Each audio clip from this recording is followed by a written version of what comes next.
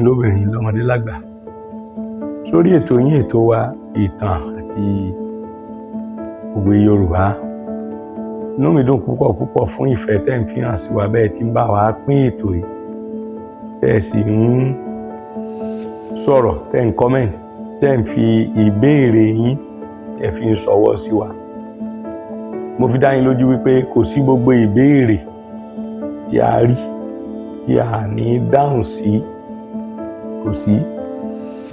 Lónìí ìtàn àti òwe. Àwọn kan ní òwe, a sọ nípa òwe. Ẹ jẹ́ ká máa múrúra gbogbo ohun tó dára, gbogbo èèyàn ní tó ní. Wọ́n ní ẹni tó fi àárọ̀ rẹ̀ ṣeré kò ní bẹ̀rù ọjọ́ alẹ́. Mo ti sọ nínú ọ̀kan nínú àwọn ọ̀rọ̀ tí mo ti yànnàná ẹ̀ pé ìgbà mẹ́ta gẹ́gẹ́ bí Yorùbá ti gbàgbọ́. Ó ní ìgbà ẹ̀dá, ìgbà àárọ̀, ìgbà ọ̀sán, ìgbà alẹ́.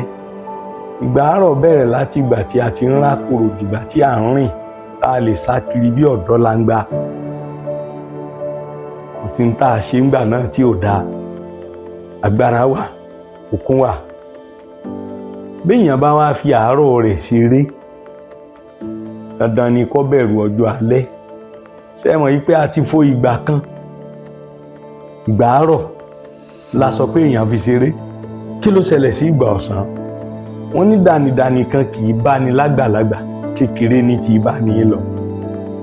Èyí túmọ̀ sí pé ẹni tó ti fi àárọ̀ rẹ̀ ya dẹ̀ndẹ̀rìn, tàbí tó fi ṣe àràárà, tàbí tó fi ṣe ìrìn àárè, kò sóhun tí Yorùbá ò ní ọ̀rọ̀ fún.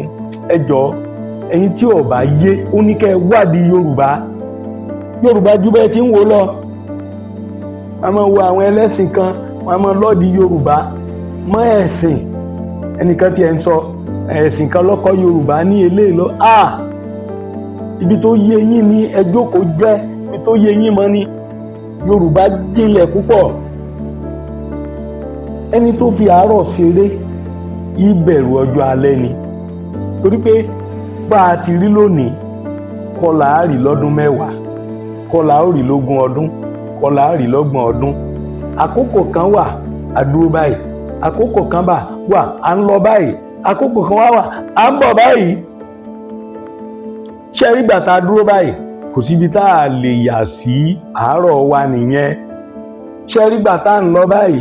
Ó ti ń bọ́ díẹ̀díẹ̀, ó ń bọ́ díẹ̀díẹ̀. Ṣé rí ìgbà tá a bá ti ń ṣe báyìí?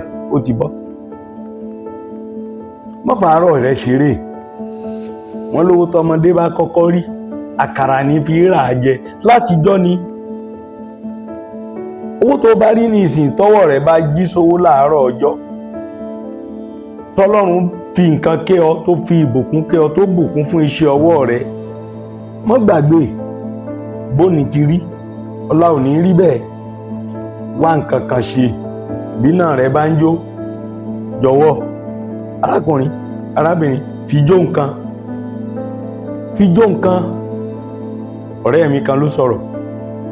Ó lè yàn pé ọmọ 10 kò tẹ nǹkan mọ́lẹ̀, ó pé ọmọ 20 kò tú nǹkan wò, ọ̀pọ̀ ọmọ 30 kò ta nǹkan rù, ọ̀pọ̀ ọmọ 40 kò fọ́ nǹkan mọ́lẹ̀, oníbọ́bá pọ̀ ọmọ 50 àáfìtì ni.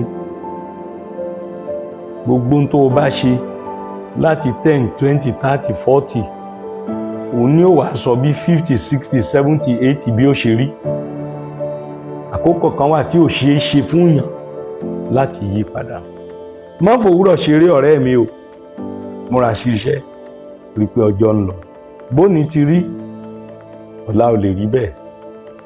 Don't waste your time. Time and tide wait for no man.